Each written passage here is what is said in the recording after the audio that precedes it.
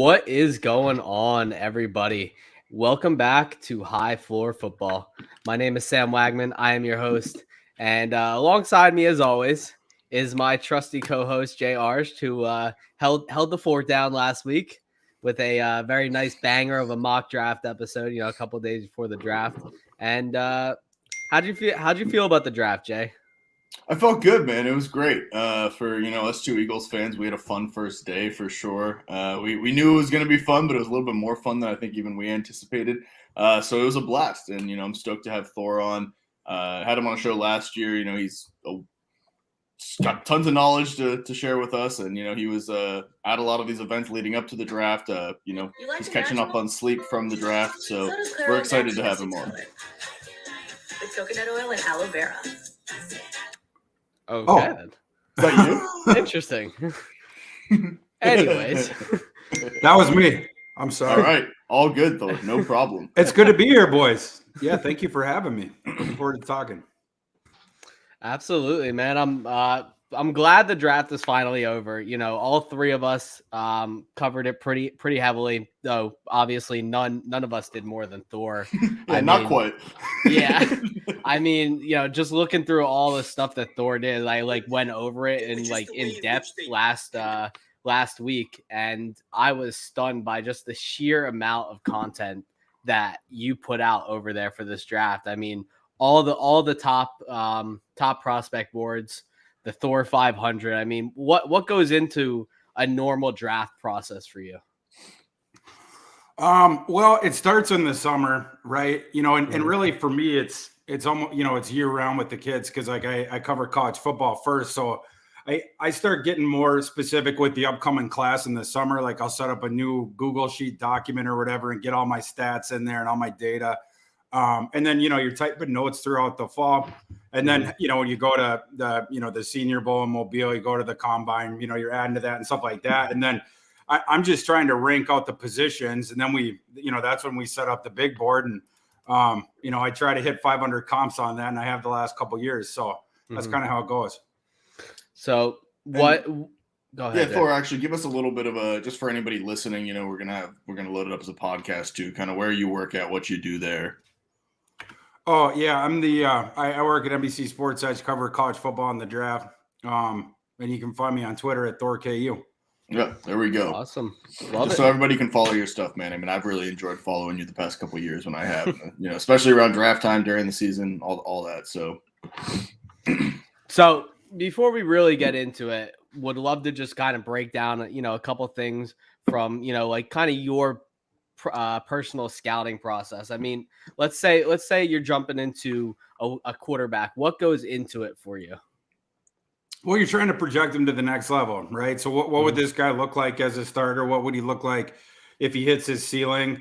What's the worst case scenario? And then you're sort of trying to gauge across the line, like what are the odds he hits the one outcome? What are the odds he hits the other outcome? What are the odds he's somewhere in the middle? So, sort of like that, yeah. How helpful was it this year having so many of the top quarterback prospects at the Senior Bowl?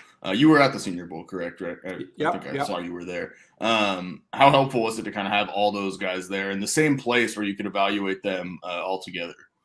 I thought it was helpful for sure. Yeah, I mean, Corral was the only guy that wasn't there. He obviously had the ankle sprain from his bowl game, but yeah, being able to see the other guys and just compare them apples to apples on the same field in the same conditions with the same teammates around them.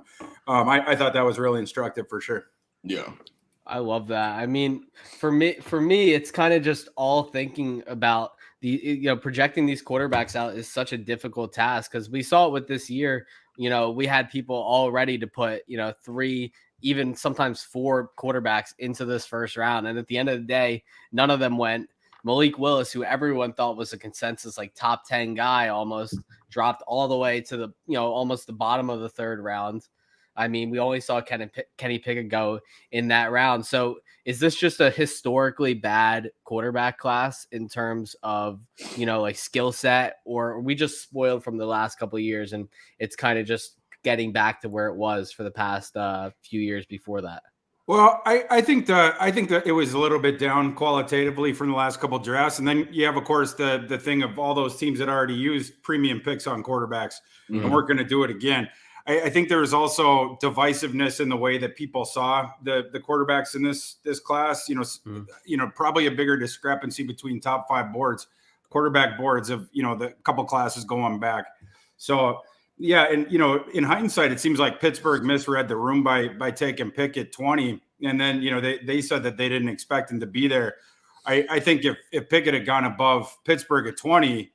I'm pretty sure that one of those quarterbacks that went in the 3rd round would have been going 20th overall. So it was just a thing of the way that the board fell and the differing grades. Peter King wrote in his thing that, he going into day 3, he was embedded with the Ravens. He put that the Ravens' top skill player on their board at that time was Sam Howell, which that was obviously a very differing opinion than we saw that the rest of the NFL had. Because he fell to the 5th round or whatever. But the Ravens were one of the teams that didn't need to draft a quarterback. They weren't going to take. Yeah. So it's almost like a game of chicken, especially for me, it was Seattle, man. Every time Seattle kept coming up on the board, I was like, it's got to be a quarterback. This is where it ends. And time after time, they just passed on quarterback. And I thought that was specifically interesting to me because, I'm just not the biggest Drew Lock fan. I guess Geno Smith, we'll see if they make a move for Baker Mayfield, if that's actually in the cards or not. But they were the one for me where it was like every time they came up, it was kind of like another way of grading it in a sense where it's like you think they're going to take the quarterback, but no, they really must be more comfortable with either their guys or kind of the other options in the NFL, which seems slim. I don't see them making a deal for Jimmy G or anything. What do you think about Seattle? Do you think they are going to make a move on a quarterback, or do they actually just want to kick the tires on Drew Lock again and Geno Smith? I think they're going to make a trade for a quarterback. I think that's the explanation there. In the same way, Carolina, they took a quarterback. They could still make the deal. But I think Seattle, both in terms of the strategy and both the ways that Pete Carroll was responding to questions about the quarterback thing during the draft, after the draft, I don't think they're set there. And I think the reason they didn't take one is because you got the 2 guys that you mentioned already under contract. You trade for another guy, or you're expecting to trade for another guy. Well, that's your quarterbacks right there. You're not going to cut Drew Lock. They like Geno. He's been around there, so you're probably going to keep him there too. I think there's a pretty good chance that Drew Lock starts out the season to QB3. To be honest with you, there. Yeah, I think they're going to trade for their starter. I think it's probably going to be Baker. We saw that he was almost gone to the Panthers during the draft, and then they swooped in. Were able to trade up, get Corral, and I think it's not unlikely that he starts week 1 for them. So yeah, my prediction would be Baker to Seattle and Jimmy G to Carolina. There was reports before the draft that Carolina was lower on Baker Mayfield. So I was surprised when that sort of bubbled up. And then it was like it bubbled up, and like 5 minutes later, they'd taken Corral and shut it down. So I'm not really sure what's going on there. Robbie Anderson famously does not like Baker Mayfield. Yeah. So it seems like that would be an awkward thing all the way around. Well, that was one of my favorite reports of the offseason, was that Baker Mayfield and the Carolina Panthers have mutual disinterest in each other. Was just a great – and then it was right before he went on the podcast too, So it was kind of perfect timing for that report to come out. Shout out to Aaron Wilson. Yeah. Absolutely. But all right, so let's get into this. Let's get into the draft recap. I figured we could all go around and give our favorite picks for this draft. So Thor, we'll start with you. Any position, can be offense or defense. What were your favorite 3 picks of this draft? Well, Malik Willis for sure. At that point, there's no downside. Even the people that don't agree with or aren't as bullish as me on Malik Willis. I've never seen a quarterback with that physical ability and those physical tools available in the 3rd round. So I don't. There's just zero gamble there. In fact, just as a running back prospect, that's about where he should have gone. Just his rushing utility in the NFL. So I think the NFL made a mistake there, and I think he's going to make them pay. Other ones, I really like the Chiefs getting Kennard in round 5. I don't understand that one. I don't know why he fell. But then again, and so, sometimes you're inclined to think like, oh, maybe there's something I don't know, and maybe, yada, yada.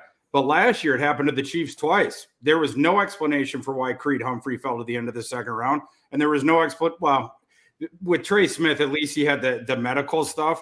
But even on a dice roll on his upside, he ought to have gone above there. And they ended up getting 2 gifts from the universe. Seems like they got another one in Kennard. Those ones, and then I like Devin Lloyd at the end of the first round. I wasn't sure about a lot of Jacksonville's other picks, but getting him at 27, I thought was pretty good value. Mm-hmm. Interesting. Jay, what about you? I mean, kind of just starting even in the first round. I thought I was mocking Jameson Williams a lot. I know you were, Sam. I know you were as well, and I know he was kind of the betting favorite to go to Atlanta for a long time. And the thought process behind that, for I think me, a lot of other people, wasn't in the minority. That he's gonna maybe take some time coming back from the injury, as much as he says that he'll be back for training camp. But I thought it was so perfect for Atlanta because they're not in a rush. If Jameson Williams maybe is the best receiver in the draft, or maybe one of the most talented, highest upside, however you want to put it, he's a guy that you were going to maybe get a little bit of a value on and have time for him to get back. I think Detroit's a really interesting landing spot for him. And, they traded up to get it done. They traded up a good amount to get it done. That was one of my favorites because kind of similar to Atlanta, I think that Detroit's going to really bring him along, however long that takes, and potentially get a quarterback next year. Maybe Jared Goff, gets a little improves a little bit, with the weapons around him with Amon-Ra and Jameson, Hawkinson, the running back. So I liked the Jameson Williams to Detroit fit. It might not be the sexiest fantasy fit right away for rookie drafts. I think he's dropped a little bit just based off where he was going prior to that. But I liked that fit. I don't want to be a homer, but I mean, Nakobe Dean to the Eagles in the third round was awesome. I mean, it was one of those things where we're sitting at home as fans watching it being like, how is Nakobe Dean still on the board? I don't know if Thor's thoughts on that, or if maybe he had some more insight on why, he was dropping so much. I mean, clearly it was injury related, but the Eagles, it's a joke. It's a running joke with Eagles fans. We don't take a linebacker. We especially don't take a linebacker, an impact guy, a guy that we think could actually step in. I think Nakobe Dean can make a difference right away.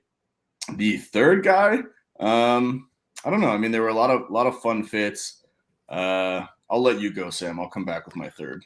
I mean, the most notable one to me, obviously early, was Jermaine Johnson falling all the way to 26 to the Jets. I mean, they traded back into the first round to get him. They also reportedly almost traded back into the first round a fourth time to grab Breece Hall. That would have been absolutely insane. But to see Jermaine Johnson, who a lot of people thought was like, again, another almost consensus top 10 guy. Some people call him the best edge rusher in the draft. And this is a guy who, limited production, came over from Georgia and played his ass off at Florida State. So, I mean, to see him fall all that way, and obviously there wasn't a single edge rusher selected between, I think it was, I want to say when the Giants took Kayvon Thibodeau to when Johnson was selected at 26th.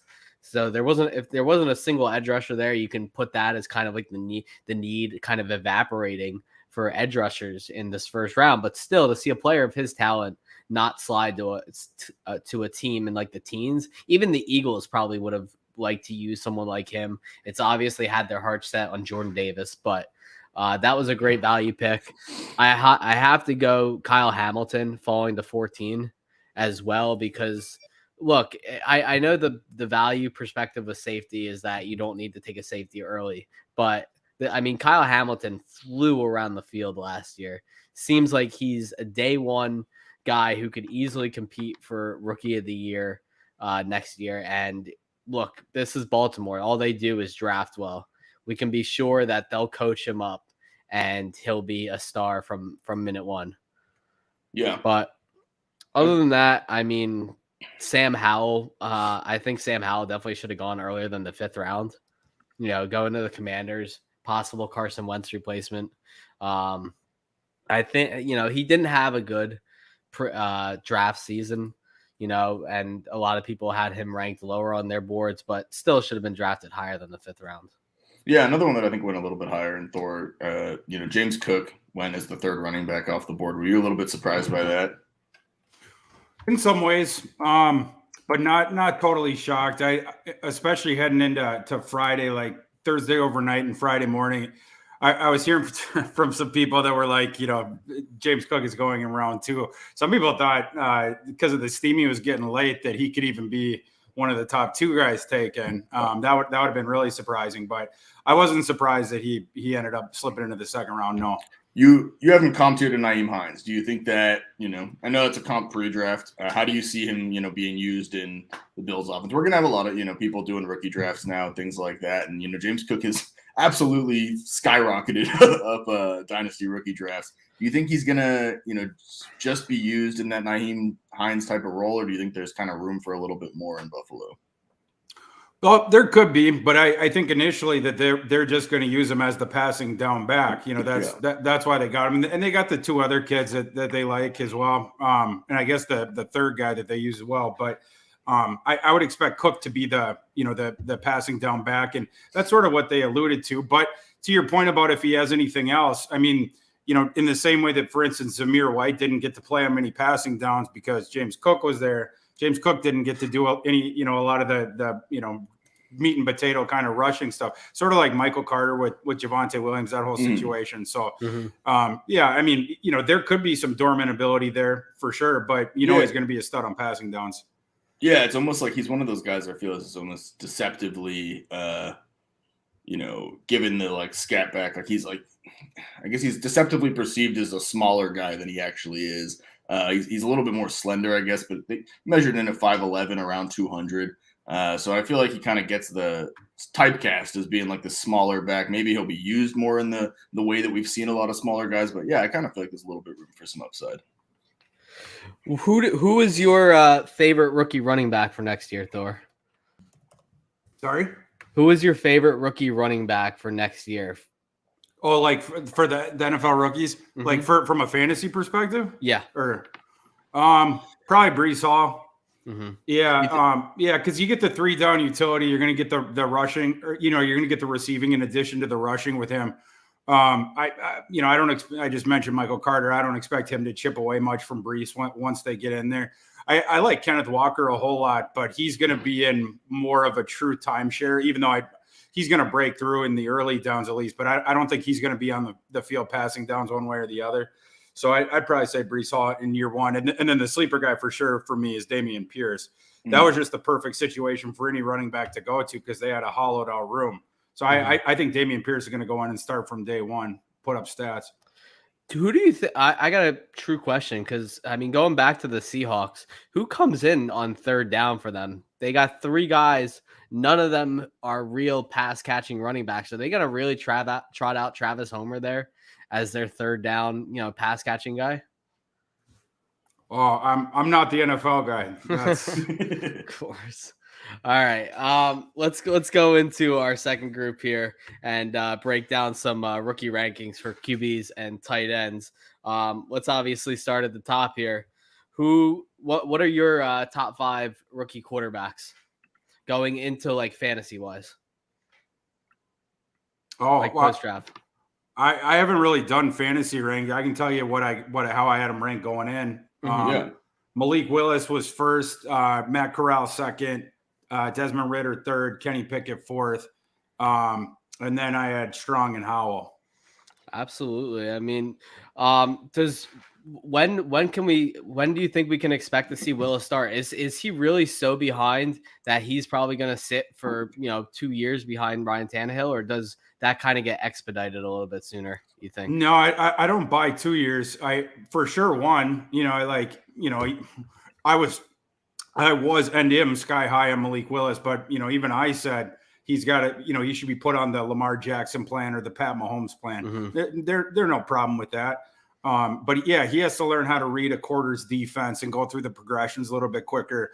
And then, even just the thing of having his feet set on all the throws within structure, because at Liberty, they would have interior pressure coming in his face right away every single time. So he'd be, scrambling out to the right, scrambling out to the right, even getting just comfortable. And you saw, indications of this at the Senior Bowl when he was finally playing behind an offensive line where, him sitting back there and the accuracy playing up because of that. Just getting comfortable with that and then playing with NFL talent, which a lot of these other quarterbacks in this class got to do in college. He did not. Mm-hmm. Yeah. So I know you have Malik Willis as your top guy. Would you then get behind, I feel like a lot of the narrative was Kenny Pickett's the most pro-ready, whether or not that means he has the most upside or not. That was a lot of the narrative around him getting drafted to the Steelers. First, as you said, might have been a reach. Maybe they didn't read the room and know that they didn't have to take Pickett that early. But aside from Malik being your top guy, is there anybody that, you just feel like kind of fits into the pros a little bit? And maybe a game manager, maybe they don't have the highest ceiling, but somebody who, you'd feel comfortable trotting out right away if it's not Malik, considering he might not be playing right away. I wouldn't want to start any of these guys in year one. Yeah. Mm-hmm. There we go. I'm not I don't think Kenny Pickett's going to be starting in year one. Mm-hmm. I don't think Kenny Pickett's a good football player, but that's a part of it. But yeah, I don't think he's ready either. The idea that he is kind of a joke to me, to be honest. Okay. That was a guy that was in college for 4 years, did absolutely nothing. If there hadn't been the waived eligibility waiver, he would have been a UDFA in the last class. Played with one of the best receiving corps in the nation this past season against this just god awful schedule. The ACC was weighed down. They didn't play anyone in the in the non-con or whatever. They averaged playing the number 88 SP plus defense last year with an offense that threw 10 yards and closer to the line of scrimmage. 56% of his passes were there. So it was a lot of sideline to sideline stuff to Jordan Addison, who's now going to get paid more than Kenny Pickett is on his rookie deal at USC. And by the way, he should be, because he's the reason Kenny Pickett went in the first round. Yeah, and so this is good stuff. And I mean, kind of comparing it to last year's class, and I would say last year's quarterback class, and I had you on last year to talk about it, and we went kind of in depth in all these guys. And I think we're kind of still waiting to have our own thoughts on this last year's class, because a lot of them, Justin Fields, limited, also didn't have much to work with. Trevor Lawrence, in the disaster that was Jacksonville. Zach Wilson, I think we're still waiting to kind of see how we feel about him. He's going to have a whole stable of weapons now. Would Malik Willis crack that top 5 for you last year? I know you weren't super high on Mac Jones. I know you weren't super high on Zach Wilson.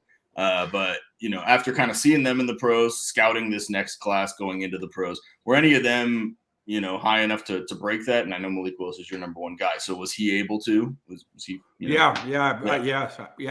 It was a long-winded question, but so aside from him, then would you say all these guys are just kind of a tier below last year's class, or would any of them compete with the Mac Jones, Zach Wilson, even the guys you had 4 and 5? Well, the only other guy being Corral. Okay. Every other guy I had below that tier. But Corral, I was lower on Zach Wilson in the last class than most. I ranked him, I don't know, 15 or something like that. And I agreed with you last year when we were talking about it. I wasn't a huge fan of Zach Wilson either. Yeah, and I think Corral is right around for where I graded him is right around there. Maybe not quite that, but right in that neighborhood. Mm-hmm. But yeah, the other guys I had all below last year's, the first rounders in that class. Yeah, makes sense. All right, so we got some open space then. So looking ahead, what do you project for next year? I'm sure you've done a little bit of digging into next year's class. What can we expect for next year's quarterback crop besides obviously Bryce Young and CJ Stroud? Well, that's what you're looking at right now. It's a 2-horse race to start out with. Going for the top spot. There's some other interesting prospects in the nation for sure, but when you head into the season, when you're talking about the top 5 picks or whatever, those are the 2 guys, that are in that discussion. Mm-hmm. All right, so all right, Thor. Let's let you go, man. What were some of your favorite things from this weekend? Because I know you were absolutely locked in. I know you've got some things on your mind probably that were just great, fits otherwise in the top 3 type of thing. Just what other things got you excited from this weekend in terms of some of the results? Well, it was a really active draft. Thursday night, that started out with a bang. There was all those trades. There was 2 more receivers that were traded for first-round picks after an offseason where we had seen multiple trades like that. So there was a lot of movement, and I thought that was really interesting. And quick picks on Thursday, too. The NFL must have gotten some memo out about, hasten your pace or whatever, because teams were going really, really fast. So those were 2 observations. And then, there was some interesting picks, both ways. We talked a little bit about the quarterbacks dropping. That was a surprise to everyone. In the media, in the NFL, everyone. The NFL wouldn't have invited Malik Willis and Matt Corral to the draft if they had expected them certainly to fall out of the first, but the second round is what, especially they wouldn't have done I that. actually noticed with those guys falling, they didn't do the typical, quarterback cam of the guy that's fallen. They didn't have the cameras on Malik Willis and Matt Corral. I was texting a couple of my buddies about it, and I was like, dude, they're at the draft. Like, we haven't seen them. And they were like, oh, I feel like we always watch like that, the kid sitting there. And I was like, maybe they made that change because it's not necessarily the best move anyway, watching this kid's dreams get crushed for 2 days. But I noticed that just as an observation is they weren't showing Matt Corral. They weren't showing Malik Willis. It was interesting when Breece Hall showed back up to kind of accept his hat and go back up and go through it. But I noticed the same thing, dude. It moved so fast. I mean, it was over. Yeah, absolutely. I'm here in California. I feel like it was over by 8 o'clock. It was from like 5 to 8. I had like the rest of the night, I felt like, which isn't typically how draft night goes. So yeah, it absolutely felt like there was a lot of movement. I mean, those teens, the late teens, were full of so much action. I mean, first you had the Hollywood Brown trade, then 10 minutes later, AJ Brown trade gets announced. You got a flurry of receivers going off the board in the teens as well. I mean, it was just a great bunch of action there, and you just love to see that in those first rounds. Yeah, I've got one for you, Thor. What about Christian Watson landing in Green Bay? How'd you feel about that? Because I feel like that was kind of, a lot of buzz when they traded Tyreek Hill that he was going to maybe go up to Kansas City. More of a raw prospect. He's from a, different tier of colleges, going to North Dakota State. I mean, even though they're a powerhouse in their own realm. But how'd you feel about him fitting in with Aaron Rodgers? How do you think that's going to work? Because, maybe more of a raw prospect who's, very athletic, very talented with, an aging quarterback who doesn't seem to have a ton of patience. So what do you think happens with that?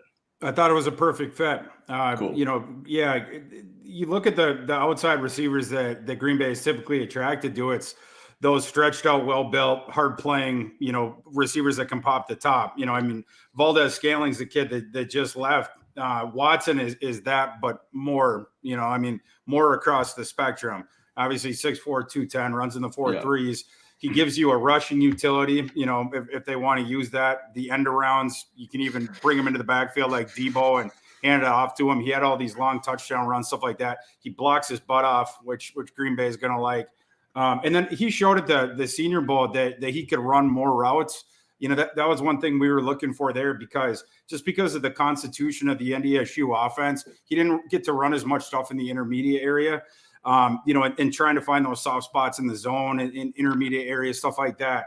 We got to see him do that down in Mobile. So he at least showed, and of course he has the athleticism for it, but it was cool to see that he had a feel for those routes that we didn't get to see as much on tape as well. I thought it was a really perfect pick. In fact, I believe that I mocked Watson to the Packers at 28. I was surprised that they didn't take him there. And then I had heard you comped him to Javon Walker, who I believe was the last first-round Green Bay Packer receiver, correct? Yeah. Correct me if I'm wrong. Yeah, that's a funny thing that worked out for you. Well, yeah, and it was sort of like a joke between me and Eric at home because he had, I've said this story on Twitter a couple of times, but we were out there before the first day of practice at the Senior Bowl in Mobile, and Watson trotted out. And we were both commenting on how good he looked, and we were excited to watch him. And Ed Home turns to me and he's like, "That he looks like he came off the conveyor belt as a Green Bay Packer receiver." Right? And I was like, he sure does. And that's exactly what it is. And so was it a surprise at all that they ended up being attracted to each other? Not at all. Yeah. I wonder how he fits with Rodgers, because Rodgers notoriously, likes his guys. Do we think that, Watson makes an impact on him as the type of receiver that he tends to covet in this offense, or does he take a little while to kind of adjust? Because everyone's, the main attraction with him was that he's raw. So, does that play a bigger factor than we think it will, or does he kind of have a solid year one to build on? I want, sometimes there's like these blanket statements made about a guy that it leads people to believe that's the overall utility.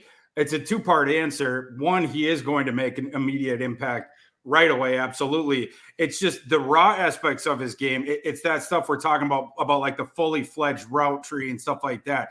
But as far as being able to play all this, all the time on the outside and be able to provide that consistent pop the top threat, he's going to get on the field just for that. And he's not raw at that.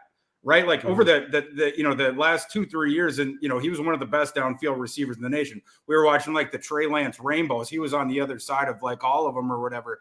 And then, of course, the other things I think they could also get him involved with bringing him into the backfield if they wanted to. Those things of his, and also the blocking. I mean, he's going to be an above average NFL blocking receiver from day one. So for those reasons alone, the deep stuff, the blocking, the potential rushing utility, he's going to get on the field just because of that right away and should make some sort of an impact. We'll see. Certainly going to help his teammates with the spacing because you got to keep a safety back or he's going to torch someone.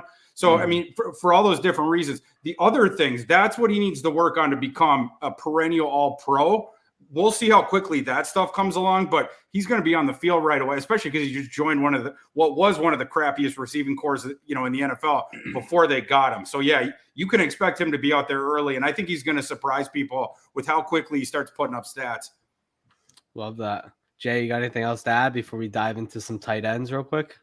No, go ahead. All right. So, let's dive into some of the favorite tight ends. Obviously, we had McBride go off, to the Cardinals, but he's going to be a little bit limited. Do you think that he goes through that typical, maybe 2 to 3 year tight end progression before they really start to put up numbers, especially with like Zach Ertz there?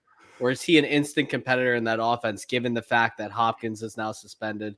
It might need him to contribute right away. I think a couple of the latter things that you said, I think the Hopkins thing probably helps them because the thing I was going to say about that is it's sort of like what I was saying with Watson. Fully formed, no. He's not going to, tight ends generally, except if you're Kyle Pitts, but they typically don't come out of the box right away, like out of the draft and then into your NFL team contributing really at a really high level as a rookie. But with McBride, he's got a diverse skill set. And because of his versatility, I think Cliff can, and because they have a pronounced need now, especially, that Cliff is going to be able to scheme him, use him like that. Use him in the slot. Use him, as a motion H-back kind of a guy. Obviously, they have Ertz that's taken, the full-time job this year, and I think that's fine. I think you're going to see more 12 personnel with them. And again, moving McBride around the formation, trying to do things, creative different things with him. I wouldn't trust him to do the full gamut of tasks right now, or so to speak. But as far as the receiving element of it, that's what he can do. Last year, he got peppered with a gajillion targets. He was the only guy in the Colorado State offense. They had that crappy quarterback or whatever. Like, they were just tossing him ducks like every single down. And in the red zone, teams would just triple team him to take him away. I think McBride's going to like being lower down in the pecking order this year, the receiving pecking order. It's going to be the total opposite. He's going to have single coverage every time. I think he's going to love it. Yeah. And I think he'll be able to get on the field as well because, you have him, his run block grade, 15 out of 72. So, he's got that going for him, which is, obviously not a bad way to get on the field as a rookie tight end. So that should be good as well. I mean, if he turns out to be anything like Dallas Goedert, who you comped him to, I think that's a massive win for him. And he gets to learn from, a future Hall of Famer in Zach Ertz. For sure. So, future Hall of Famer Zach Ertz. I like that. I do, yeah. And who else do you have after that, Thor, in terms of the tight ends? Some guys you think might be maybe relevant sooner than later. You got Likely, Rucker, Dulcich. Who you liking after that? Yeah, I mean, like for immediate impact, as far as where they went, I think Dulcich is a guy to look at for sure. Dulcich would probably be the one guy I point to. I've never been a fan of Albert O. I do not see Albert O as like a long-term starting tight end guy. I would prefer. I think Dulcich is going to beat him out as a rookie. So bold take. Yeah. Well, I don't think it's a bold take, honestly. Albert O has durability problems. He changes directions like that tug that was stuck in the Suez Canal. The reason he got drafted was because he had 11 touchdowns as a freshman. You watch the tape on that, like nine or 10 of them, he was wide open. He got schemed into him. And then he had that fast 40 time. But he doesn't scare anyone as a route runner, right? Because he's just a straight line guy. Right. He can't keep anyone off of his fastball. And then he's not a good blocker. Dulcich, he might not be a good blocker yet either. But he is a much more fluid route runner. His routes are much more snappy. He's going to provide Russell Wilson with way more throwing windows than Albert O would. I expect him to get on the field real early. Yeah. We had Derek Brown on from Fantasy Pros I love weeks T-Bro. ago. Yeah, he was great. And he was, talking about Rucker, 2-3 weeks ago, and was like, this is one of my favorite guys. How do you feel about him? I mean, he landed in New York. Now he's going to be back with Garrett Wilson and the guys in New York. What are your thoughts on him? Yeah, I wonder if he was ticked off he had to play with Garrett Wilson more because he didn't get any targets in college. He's wondering, like, am I going to get any targets here now? But yeah, like the problem with it, where it wasn't a problem, it didn't turn out to be a problem for him, but like he flew under the radar coming into the draft process just because he had played on teams that had four first round receivers. Because you have Wilson, Olave, Jameson Williams, and then Jackson Smith and Jigba is going to be wide receiver 1 in the next class. So, like, he was never the feature receiver on any of the routes. It was like he would get his looks when it was like, tertiary option at best, check down, check down, check down. And so we just didn't get to see him featured as much in that, but we knew he was a good athlete just because of his recruiting profile, everything like that. And then, going down there, and we knew he gets after it as a blocker too. But the thing that impressed everyone in Mobile was how smooth he was as a receiver. His hands are really good. He was catching balls, over his head, outside of his frame, plucking balls off the carpet. So he moves really well, and he has receiving skill. He just didn't get to show it all the time at Ohio State because of how many mouths they had to feed. Yeah. Mm-hmm. I mean, we can go over a couple more. I mean, Isaiah Likely lands in Baltimore. Not the greatest, landing spot for him, landing behind Mark Andrews. And then you also had God, who else landed there? Why am I missing that? It wasn't Bellinger. It was Kolar, the other tight end. Kolar, yes. And another tight end who I really liked. I mean, obviously, Likely's the guy to own there between those two, just given the draft capital. And he's also a good pass catcher. So, will he get to see some time in those two tight end sets that Baltimore likes to run? Well, yeah, I think they're both going to get run in it. I like Kolar more than Likely. Likely, because Kolar, he can do both. You can play him in the slot, you can play him in line. Likely is a big slot, but he ran like a 4.72. He also turns directions like the Suez Canal, but he's very skilled, as far as a receiver. But my concern with him is that he's a quadruple A player, because if you're going to pull up, what would be a slot receiver off the field, you have to post commensurate, whether it's efficiency or whether it's explosion, to offset that. That was my concern with him. Isaiah Likely was basically the only Ravens pick that I wasn't super high on, but I loved the Kolar pick, so offset it for me in the rest of their draft. I thought was awesome, yeah, but I'm a little bit lower on him heading into the NFL. Yeah, the Ravens absolutely crushed it. Of course. All right, forget these tight ends. Move on. Thor, what is your favorite position to scout? I mean, I love hearing you talk about all of them personally.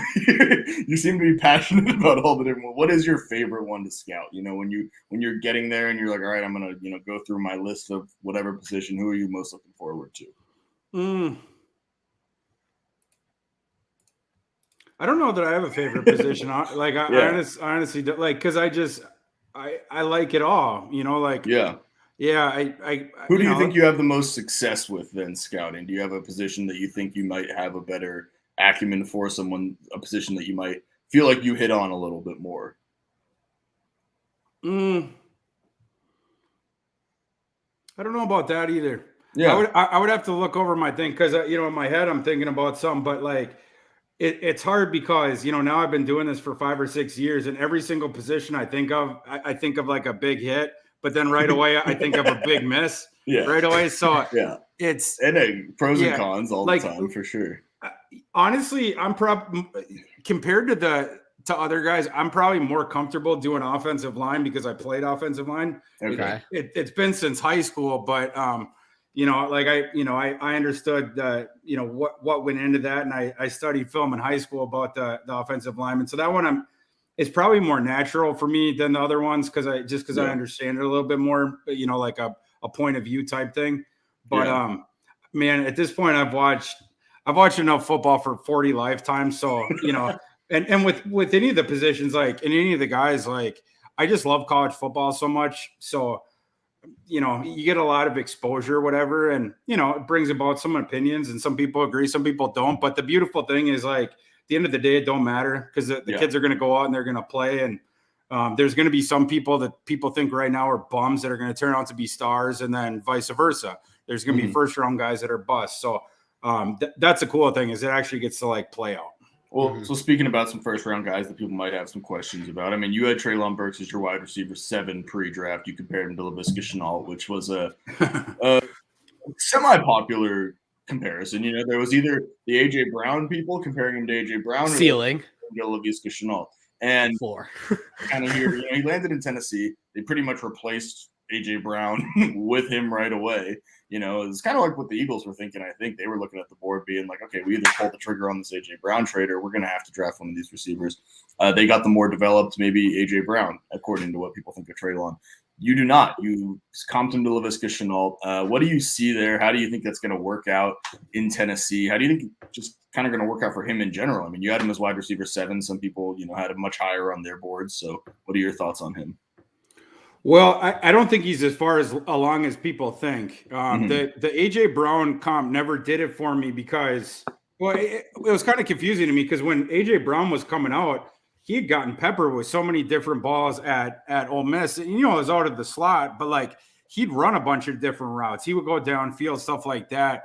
To me, like I thought the reason that he was lower on down at the time was because there was concerns about his athleticism and his ability to shake the slot corners at the next level, et cetera, et cetera. Whereas, but like was polished. Like, like I thought the idea with him was he's about as far as you can get him right now. Like he doesn't have ceiling. Whereas with Burks, like the entire idea behind him is like he has ceiling beyond what we've seen.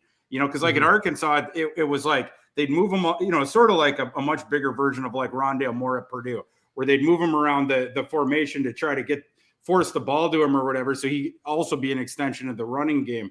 I just haven't seen him win as much from the outside as I would like to. And I haven't seen as much of the skill for the receiver position. I understand that, like, in terms of build, he's sort of like AJ, but they came from the same conference and they weren't used the same way. And I don't think they win the same way either. So it's going to be interesting because now it seems like he's, in a sense, going to be thrust into the AJ Brown role potentially. I mean, who else is ahead of him now? I mean, they have Robert Woods, they have Westbrook, Kinney. I think Treylon's going to be put into a pretty significant role to start off. So I'm interested to see how that's going to happen.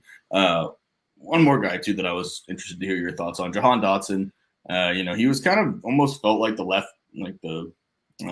it called? Odd one out, kind of in the pre-draft process. It was the top 5. It was Jahan Dotson kind of in that range. I heard Daniel Jeremiah, a couple days before the draft saying he wouldn't be surprised for him to go in the, early 20s, which seemed kind of like a surprise based on draft props, based on where he was being talked about for months before. Washington, took him much earlier than that. I'm guessing they moved back, but then the Saints moved up to pick Chris Olave. They came out with Dodson. Was that something that you kind of found as surprising, or did you kind of view him in that realm of, part of that first round guys, part of that first tier of guys? Well, yes and no, because that's two different questions. As far as being the 5th wide receiver off the board, no, he was 5th wide receiver on my board as well. So I wasn't surprised that a team valued him above Treylon Burks. As far as going 16, a little bit, and what was more surprising was that it was Washington trading down to do it. Because they knew, because the thing had already started. They knew that a wide receiver run was coming. That was the biggest reported thing at the pre-draft process of expect that first round receiver thing to happen. And yet Washington traded down 5 spots with the team that it knew was going to take a receiver. And then it got itself out of the top 4 receivers, put himself right on the end of that. And then they sort of reached up for the 5th guy. I mean, I think it was probably a minority opinion to have Dodson wide receiver 5, whatever.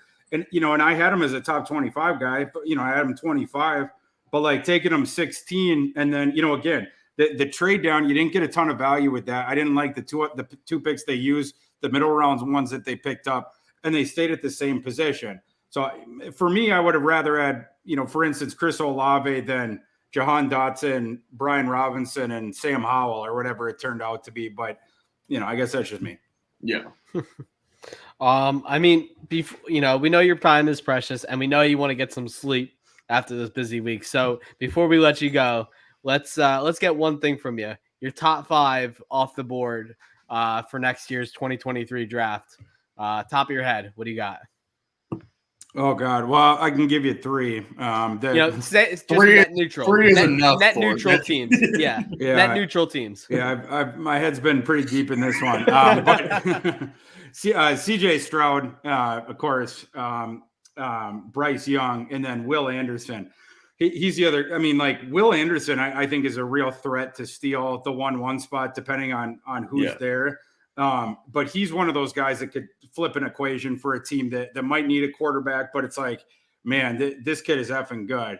Like right now, we got to see the way that it plays out. But just sort of projecting him forward, I would have, Hutchinson was my top edge in this class.